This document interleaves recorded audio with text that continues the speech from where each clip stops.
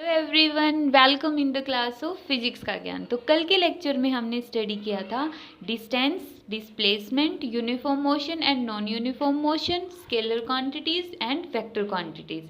सभी ने पढ़ लिया होगा। देखते हैं कितना पढ़ा है। तो उस कल वाले लेक्चर के बेस पर हम 5 क्वेश्चंस को सॉल्व करेंगे। ये एग्जाम के पॉइंट ऑफ व्यू से भी इम्पोर्टेंट है और वैसे भी नॉलेज के लिए भी। फर्स्ट क्वेश्चन है instrument used to measure distance. जैसे बाइक के ऊपर एक इंस्ट्रूमेंट लगा होता है, जैसे ये बाइक है यहाँ पर और इसके ऊपर यहाँ पे एक इंस्ट्रूमेंट लगा होगा डैशबोर्ड के ऊपर। वो क्या मेजर करता है कि ये बाइक कितनी किलोमीटर डिस्टेंस ट्रैवल किया। तो उस डिवाइस को हम क्या बोलते हैं? Means instrument used to measure the distance, क्या बोलते हैं उसको? ओडोमीटर। ओडोमीटर, उस डिवाइस को हम बोलेंगे ओडोमीटर। नेक्स्ट क्वेश्चन है what is simplest type of motion. सबसे सिंपलेस्ट टाइप की मोशन कौन सी होती है? Motion in a straight line. अगर कोई पर्सन बिल्कुल सीधा सीधा जा रहा है, बिल्कुल स्ट्रेट पाथ पे मूव कर रहा है, उसको हम क्या बोलते हैं? Simplest type of motion.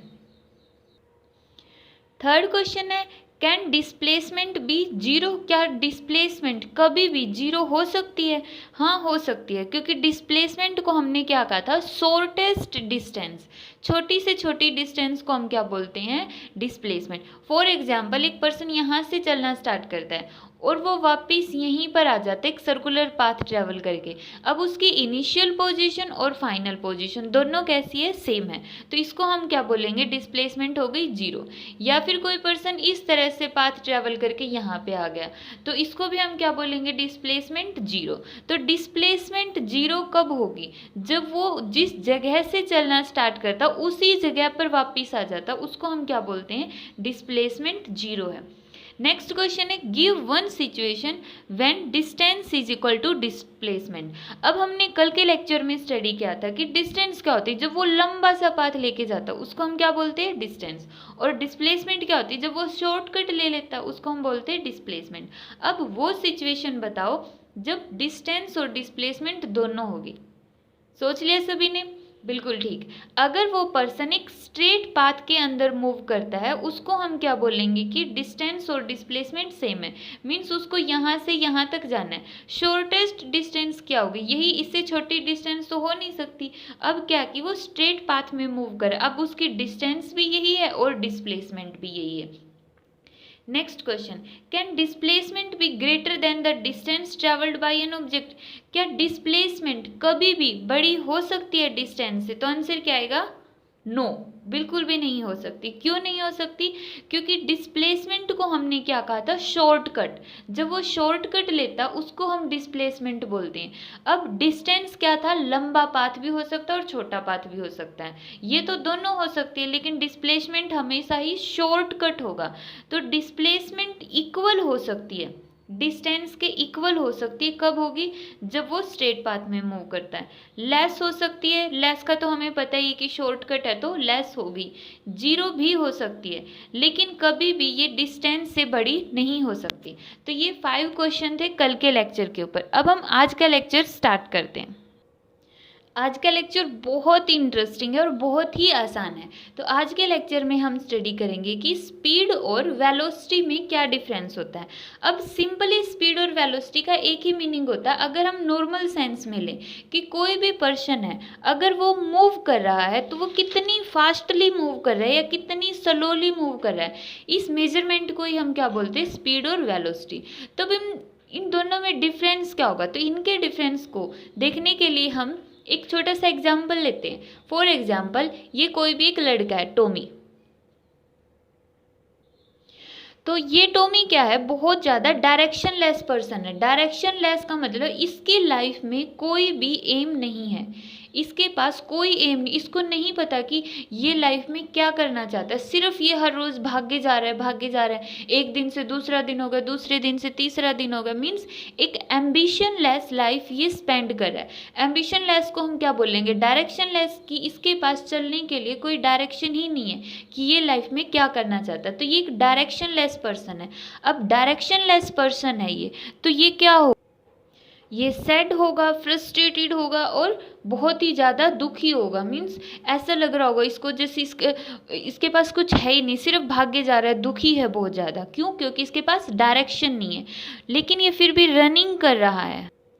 Means ये रनिंग कर रहा है विदाउट डायरेक्शन, बिना किसी डायरेक्शन में बस इधर उधर भाग रहा है, तो इसको हम बोलेंगे स्पीड।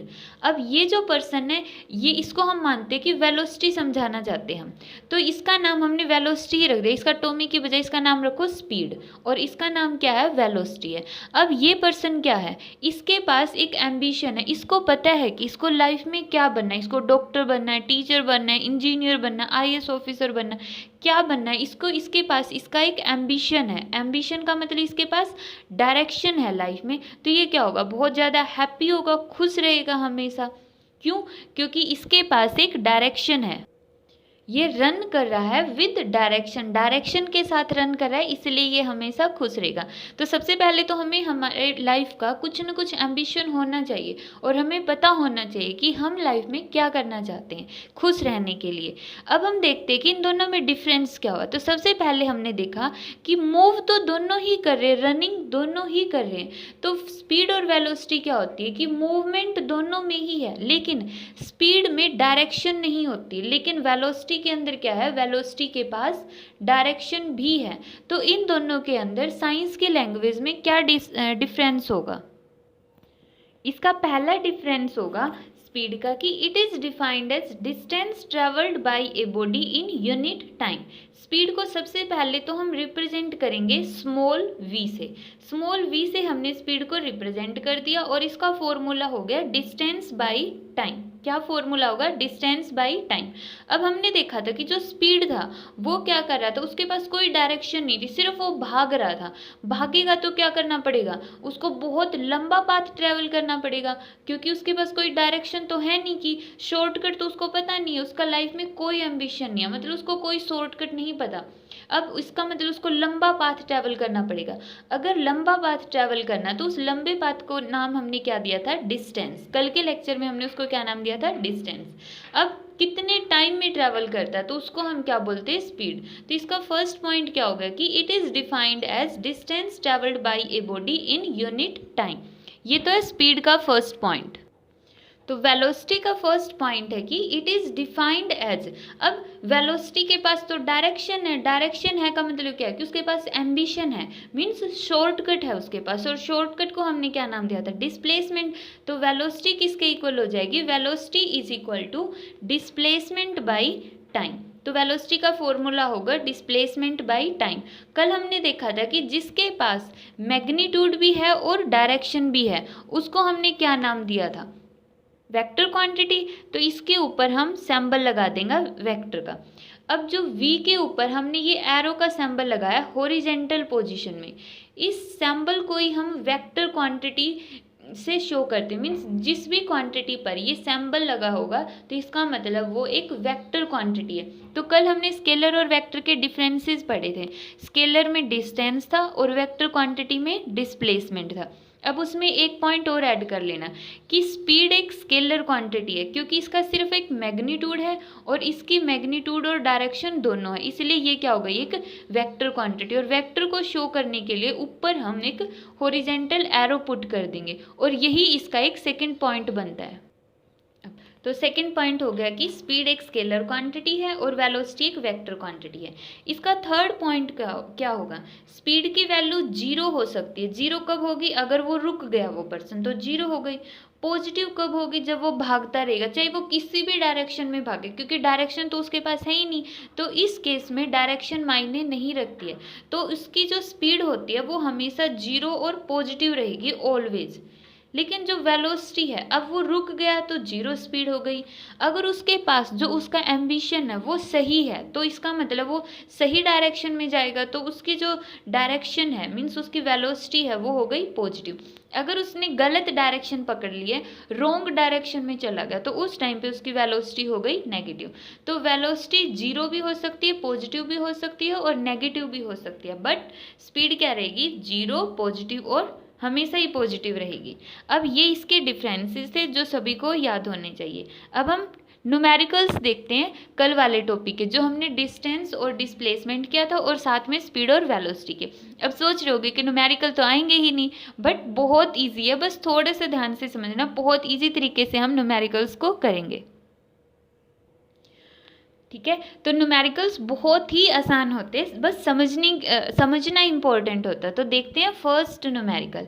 इन्होंने क्या बोला है कि during an experiment A signal from A spaceship, एक स्पेसशिप है मीन्स अंतरिक्ष के अंदर एक सैटेलाइट है, वहाँ से रीच्ड द ग्राउंड स्टेशन, वहाँ से एक सिग्नल है वो अंतरिक्ष से कहाँ पर जाता है, ग्राउंड स्टेशन तक जाता है इन 5 मिनट, 5 मिनट के अंदर। व्हाट वाज द डिस्टेंस, अब डिस्टेंस कितनी होगी of spaceship from the ground station, means यहाँ पर अंतरिक्ष में, ये हो गया अंतरिक्ष, यहाँ पर कोई भी एक सैटेलाइट है। अब जो सैटेलाइट है वो क्या करेगा, अर्थ के पास एक सिग्नल सेंड करेगा। यहाँ पे इसने क्या किया, एक सिग्नल सेंड किया, यहाँ पे ये क्या है, एक अर्थ है। अब उसने जो सिग्नल सेंड किया और उस सिग्नल को अर्थ तक पहुंचने में टाइम कितना लगा है। सबसे पहले न्यूमेरिकल को सोल्व करने का सबसे इजी वे होता है कि स्टेटमेंट पढ़ते जाओ, जो चीज़ दी है उसको लिखते जाओ। अब इन्होंने सबसे पहले दिया है टाइम, तो हम यहाँ पे लिख लेंगे टाइम। टाइम कितना है, 5 मिनट, और टाइम हमेशा ही हम सेकंड में रखते हैं, चाहे वो आवर में दिया हो या मिनट में दिया, उसको सेकंड में कन्वर्ट कर लो। तो 5 मिनट किसके इक्वल हो जाएगी, 300 सेकंड, 300 सेकंड। उसके बाद इन्होंने क्या पूछा है कि डिस्टेंस कितनी होगी और स्पीड कितनी दी है इन्होंने, 3 इंटू 10⁸ मीटर पर सेकेंड, और पूछा क्या है, डिस्टेंस। सिंपल सा क्वेश्चन है बिल्कुल। अब यहाँ पे देखो फिजिक्स की जो इम्पोर्टेंस होती है यहीं पर होती है कि हम स्पेस में ये बता सकते हैं कि जो सैटेलाइट है वो स्पेस में, वो अर्थ से कितनी डिस्टेंस पर है। कैसे पता लगाएंगे, या ऐसा तो है नहीं कि वहाँ पे हम एक इंची टेप लेके मेजर कर लेंगे या फिर स्केल से मेजर कर लेंगे, ऐसा तो पॉसिबल नहीं है। तो हम क्या करेंगे, जो ज़्यादा डिस्टेंस पर ऑब्जेक्ट है वहाँ से हम लाइट को फॉल करवाएंगे और मेजर करेंगे कि वो लाइट कितने टाइम में रिसीव होती है। तो वहाँ से लाइट की स्पीड हमें पता है कि जो सन की लाइट होती है या कोई भी लाइट अगर हम आर्टिफिशियल वे से भी बनाते तो उसकी जो स्पीड है वो हम इतनी मैक्सिमम इतनी स्पीड हम मेंटेन कर सकते, इससे ज़्यादा स्पीड नहीं होगी, इससे कम स्पीड हो सकती है। और लाइट की स्पीड हमेशा ही 3 × 10⁸ मीटर पर सेकेंड रहेगी, और इसको हम रिप्रेजेंट करेंगे C से, कैपिटल C से हम स्पीड ऑफ लाइट को रिप्रेजेंट करेंगे हमेशा। वैसे स्पीड को रिप्रेजेंट करते V से, लेकिन अगर स्पीड ऑफ लाइट होगी तो उसको रिप्रेजेंट करेंगे C से। तो अब हम बताएंगे कि इसकी जो सैटेलाइट है अंतरिक्ष में उसकी अर्थ से डिस्टेंस कितनी है। डिस्टेंस का फॉर्मूला क्या होगा, सिंपल, स्पीड इनटू टाइम। अब स्पीड की वैल्यू इन्होंने दी है 3 × 10⁸ और टाइम कितना है 300। सिंपली जब हम इसको सोल्व करेंगे तो आंसर कितना आ गया, 9, 3 × 3 9, 10⁸ और 10⁸ कितना होगा, 10⁸ मीटर। तो जो सैटेलाइट है वो अर्थ से 9 × 10⁸ मीटर की डिस्टेंस पर है ना। बहुत इजी सा न्यूमेरिकल, बहुत आसान है। नेक्स्ट न्यूमेरिकल है, ए फार्मर वो moves along the boundary of A square field. Square field सबसे पहले तो हम कंसीडर कर लेते हैं, ये हो गया एक square field of side 10 metre. अब जो ये स्क्वायर फील्ड लिया, फील्ड एक स्क्वायर की फॉर्म में, तो उसकी सारी की सारी बाउंड्रीज कितने मीटर की है, 10 मीटर्स की है। सभी की सभी बाउंड्रीज कितनी है, 10 मीटर की। अब इन्होंने क्या बोल दिया कि farmer moves along the boundary. मान लेते कि स्टार्टिंग में वो फार्मर यहाँ पर है, अब वो मूव करता है अलोंग द बाउंड्री, बाउंड्री पर से वो मूव करना स्टार्ट हो जाता है और इस तरह से वो वापस यहाँ पर आएगा। यहाँ से शुरू किया उसने 10 मीटर इन 40 सेकेंड। तो वो एक स्क्वायर जो उसका खेत था वो 10-10 मीटर की साइड्स का बना हुआ है, उस सारी की सारी बाउंड्री को यहाँ से शुरू करके वो वापस यहाँ पर कितने सेकेंड में आ जाता है, 40 सेकेंड में आ जाता है। तो सबसे पहले हम लिखेंगे कि 40 सेकेंड में distance covered by the farmer in 40 second में कितनी डिस्टेंस कवर की उसने, 10 मीटर ये, 10 मीटर ये, 10 ये और 10 ये, टोटल डिस्टेंस हो गई 140 मीटर। अब उन्होंने क्या पूछा है कि what will be the magnitude of displacement. Important क्या है यहाँ पे, क्या निकालना है, मैग्नीट्यूड ऑफ डिस्प्लेसमेंट निकालनी है of the farmer at the end of 2 minute 20 second. अब 2 मिनट और 20 सेकेंड मैंने अभी बताया था लास्ट न्यूमेरिकल में कि टाइम को हमेशा किस में रखो, सेकंड के अंदर। तो 2 मिनट में कितनी सेकंड होगी, 120 और 20 सेकंड ये, तो टोटल टाइम कितना हो गया 140 सेकेंड। तो ये पूछ रहा है कि 140 सेकेंड में जो वो फार्मर की पोजीशन है वो इनिशियल पोजीशन से कितनी दूरी पर होगी। ठीक है, तो सबसे पहले हम निकालते हैं कि 1 सेकेंड के अंदर वो कितना पाथ मूव करेगा। जब 40 सेकेंड में वो 40 मीटर ट्रैवल करता है तो 1 सेकेंड में कितना करेगा, 1 मीटर ट्रैवल करेगा। हम मैथ में पढ़ते हैं 40 सेकेंड में अगर 40 है तो 1 सेकेंड में कितना होगा, 40/40 मीन्स 1 मीटर। अब कितने सेकेंड में निकालना है हमें, 140 सेकेंड में वो कितना पाथ कवर करेगा, मल्टीप्लाई बाई 140 मीन्स 140 मीटर। अब इस क्वेश्चन में अगर ये सिंपली ये पूछते कि कितनी डिस्टेंस ट्रैवल करेगा तो हम बोल देते कि 140 मीटर की डिस्टेंस ट्रैवल करेगा। बट इन्होंने डिस्टेंस नहीं पूछा, इन्होंने क्या पूछा, डिस्प्लेसमेंट। डिस्प्लेसमेंट का मीनिंग नेक्स्ट पढ़ो, of the farmer at the end of this much time from the initial position. Initial position से बताना है कि वो कितनी डिस्टेंस पर होगा। अब हम देखते हैं इसमें कि जो फार्मर है वो एक राउंड में कितने मीटर डिस्टेंस कवर कर रहा है, 40 मीटर। तो एक राउंड में हो गया 40 मीटर। अब वो दूसरा राउंड लगाएगा फिर से, फिर उसमें कितना और कवर हो जाएगा, 40 ये और 40 ये, कितना हो गया 80 मीटर। अब वो दोबारा से फिर से राउंड लगाएगा, कितना होगा, अब 80 के अंदर फिर से 40 मीटर का राउंड, कितना होगा 120 मीटर। अब वो यहाँ से चलना स्टार्ट किया तो 3 राउंड लगा के वो वापस यहीं पर पहुँच जाता है और कितने मीटर की डिस्टेंस कवर कर लेता है, 120 मीटर की डिस्टेंस। कितने राउंड में, 3 राउंड में 120 मीटर की डिस्टेंस कवर कर लेता है। लेकिन उसको कवर कितनी करनी है, 140 मीटर। तो इसका मतलब जैसे ही वो 4th राउंड स्टार्ट करेगा तो 140 में से 120 उसने पहले कवर कर लिया, कितना बच गया, सिर्फ 20 मीटर। तो एक साइड ये क्रॉस करेगा, एक साइड ये, यहाँ पर पहुँच जाता है और तब तक उसका टाइम क्या हो जाता है, ख़त्म हो जाता है। मीन्स उसके अंदर की एनर्जी है वो ख़त्म हो गई। अब वो यहाँ पर जाके रुक जाएगा। अब इन्होंने पूछा है कि उसकी इनिशियल पोजीशन तो ये वाली थी, यहाँ से कितनी डिस्प्लेसमेंट होगी। मैंने बताया था कल डिस्प्लेसमेंट का मीनिंग क्या होता है, शॉर्टकट। तो इसका मतलब हमें शॉर्टकट देखना है, ये वाली डिस्टेंस। अगर यहाँ पे डिस्टेंस निकालनी होती तो हम इनको ऐड भी कर देते, लेकिन इन्होंने पूछा डिस्प्लेसमेंट का मतलब शॉर्टकट पकड़ लो, छोटी से छोटी डिस्टेंस। अब इस टाइम पे सबसे छोटी डिस्टेंस यही है, तो इसका मतलब हमें ये डिस्टेंस निकालनी। इसको मान लेंगे ए, इसको बी, सी और डी। अब हमें यहाँ पे किसकी वैल्यू निकालनी है, AC की वैल्यू निकालनी है। AC की वैल्यू निकालने के लिए हम क्या यूज़ करेंगे, पाइथागोरस थ्योरम। पाइथागोरस थ्योरम के अकॉर्डिंग क्या होता है, जो हाइपोटेन्यूज है यहाँ पे AC, उसका square is equal to base का स्क्वायर प्लस हाइट का स्क्वायर। AC स्क्वायर की वैल्यू हमें निकालनी, इसको एज इट इज़ रखो। AB की वैल्यू कितनी है 10, तो 10 का स्क्वायर प्लस BC की वैल्यू कितनी है 10 मीन्स 10 का स्क्वायर। कितना आ गया यहाँ पे 100 प्लस 100 कितना हो गया 200। अब AC की वैल्यू किसके इक्वल होगी, स्क्वायर को इस साइड लेके जाएंगे तो अंडर रूट, ये क्या बन गया 10 अंडर रूट 2 मीटर। तो यहाँ पे डिस्प्लेसमेंट कितनी आ गई 10 अंडर रूट 2 मीटर। ये डिस्प्लेसमेंट है, मतलब उसकी इनिशियल पोजीशन से डिस्टेंस है। आई होप कि आज के दोनों न्यूमेरिकल्स और टॉपिक अच्छे से समझ में आ गए होंगे और आपने इन्जॉय भी किया होगा। अगर अच्छे लगे और कौन सा पोर्शन ज़्यादा अच्छा लगा ये कमेंट में ज़रूर बताना।